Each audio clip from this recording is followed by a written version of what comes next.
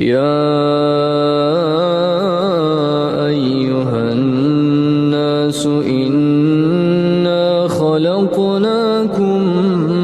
من ذكر وأنثى إنا خلقناكم من ذكر وأنثى وجعلناكم شعوبا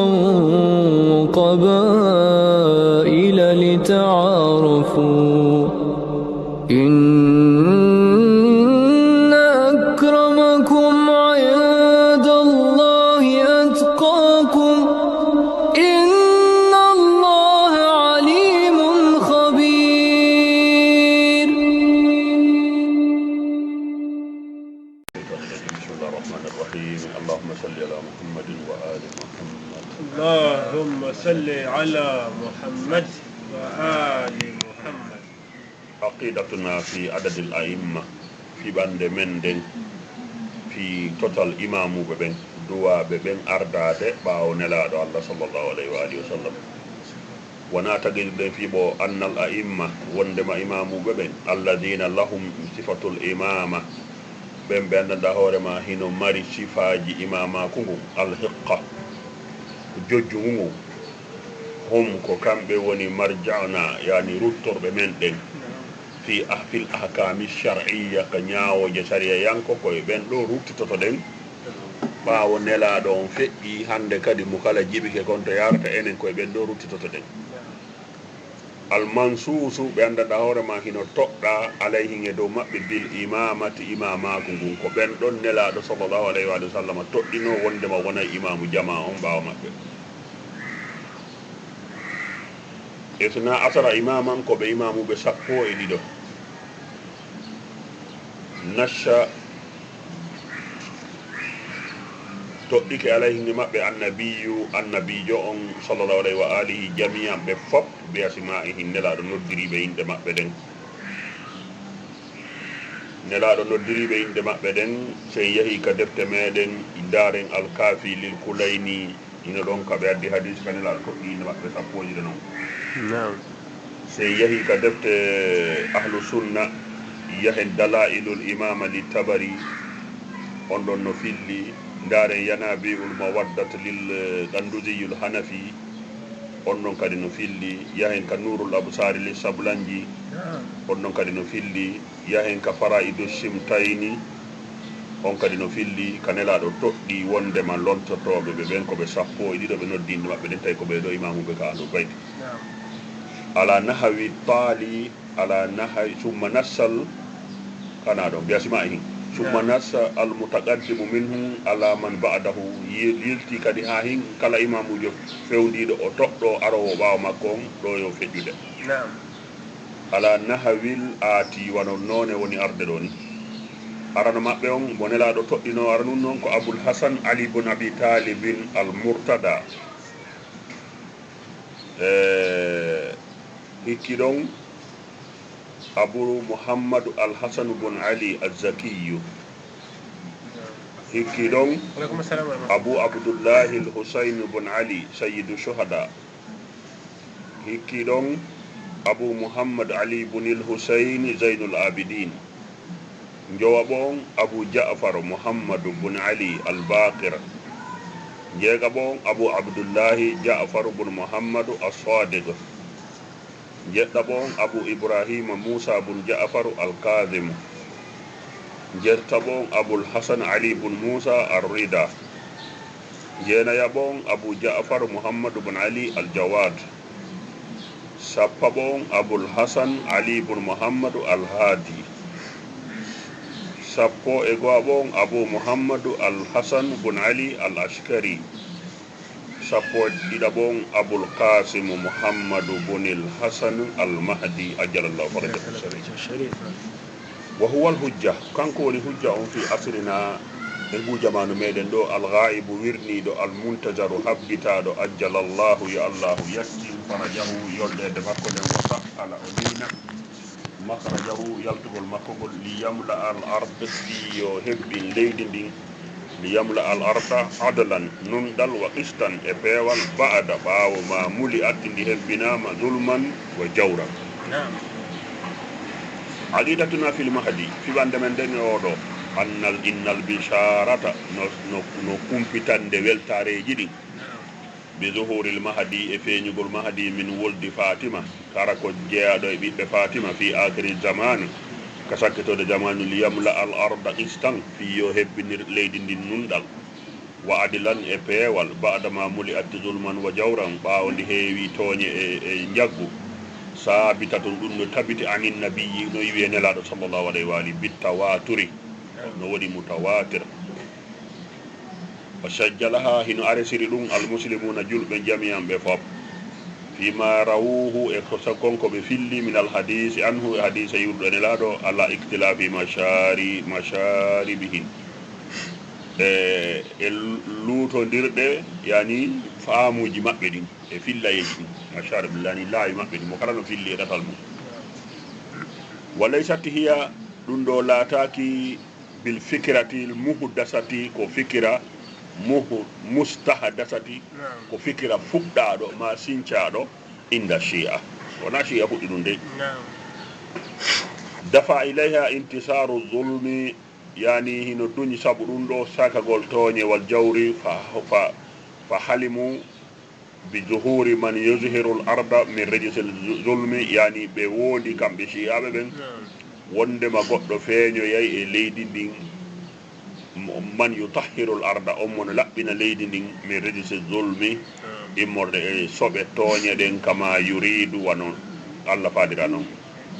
an yusawwiraha ba'dal muqadan an kama yuridu wano faalira an yusawwiraha nde mbaadinta ɗum ɗon kadi ba'dul muqalitina gooto e yimɓe ɓurtinoɓe ɓen gayrol munsifina ɓe wona laaɓuɓe e fondoji mum ɓe fira ɗum firago kadi ɓe bonnamana on walaw la suboti sinade tabutude sina tawde ɗum tabuti fikiratul mahdi fikira wondema mahdi feeñay ɗum tabiti anin nabi iwenelaɗo sallllahu alayhi wa alihi ala wajihin arafaha jamil muslimina e telen bange tawata julɓe fof no anndi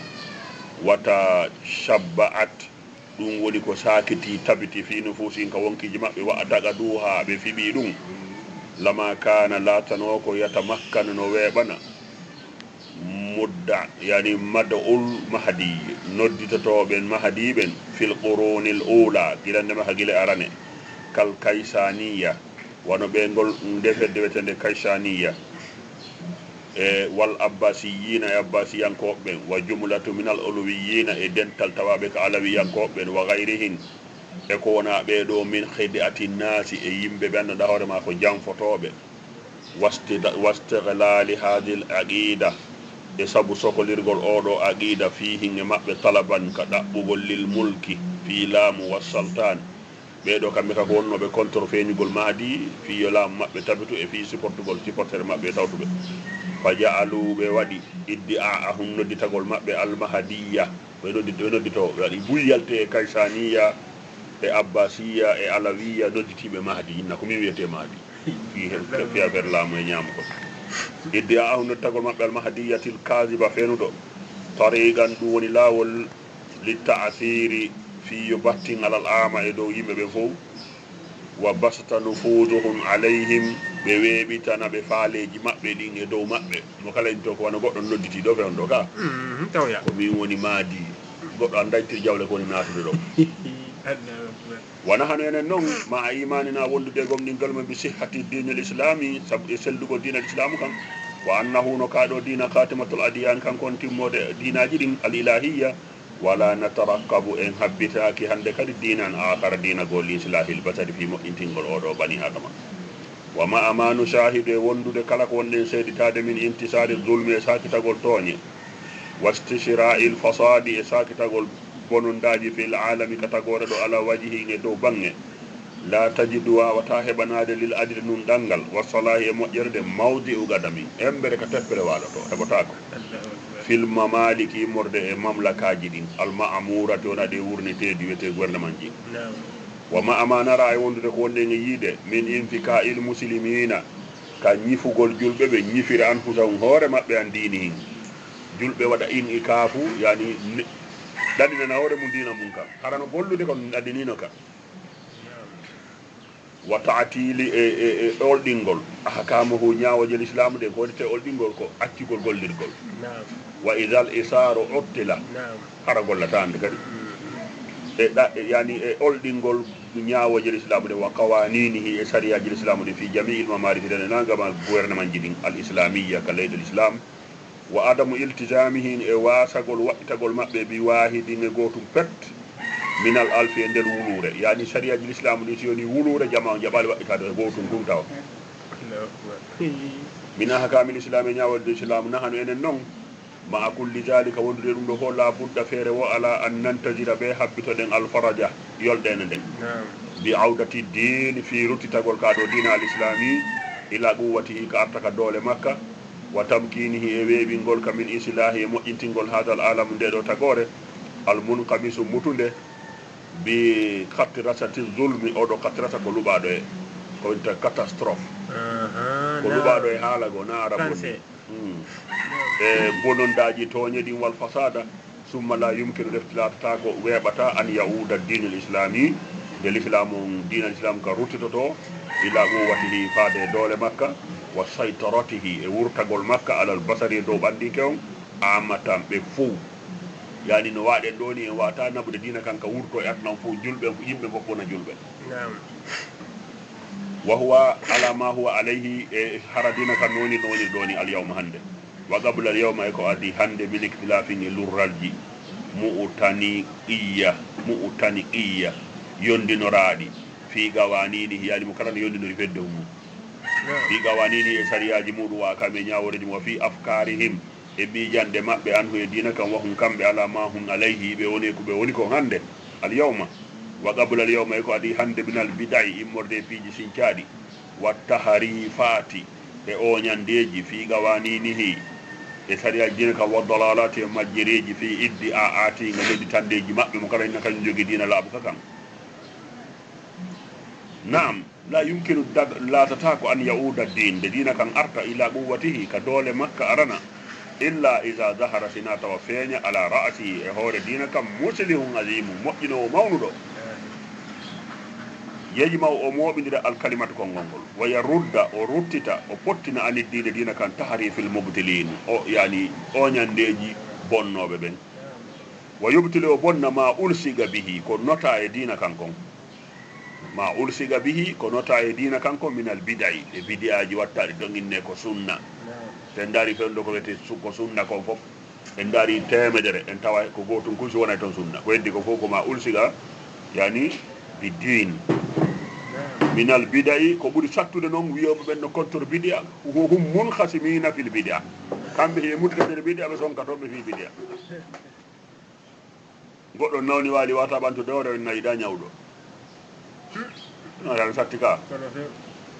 naam wa dalalati e majjere bi inayati rabbaniya hara noon oɗo ko honɗum ittita ɗum ko inaya rabbaniya ko ballalji allah yankoji ko allah jontamo doole ɗen wa bi lutufin ilahiyin e newede allah yankore li yaji allah minhu fi yo waɗe ɗum saksan neɗɗo allah waɗay ɗum neɗɗo saadiyam fewnowo mahadiyam fewɗo fewnowo lahu wonande kaɗo dina hadihi l manzilati l uzma e oɗo place ɓurɗo mawnude war ri'asati l ama e hooreyagal huɓitungal waqudirati l haariga e kodduruye feƴƴuɗo miijo ete haariga liyamla al ardi fiyo hebbindi liyamla al arda fiyo hebbindiɗo leydi qistan nunɗal wa adilan e peewal ba'dama muli atti ɓaydi hebbinama dulman tooñe wa dawɗal e ɓewɗe darike ɗo sikiratul mahdi jogi ɗo deftere يا أيها الناس إنا خلقناكم من ذكر وأنثى إنا خلقناكم من ذكر وأنثى وجعلناكم شعوبا وقبائل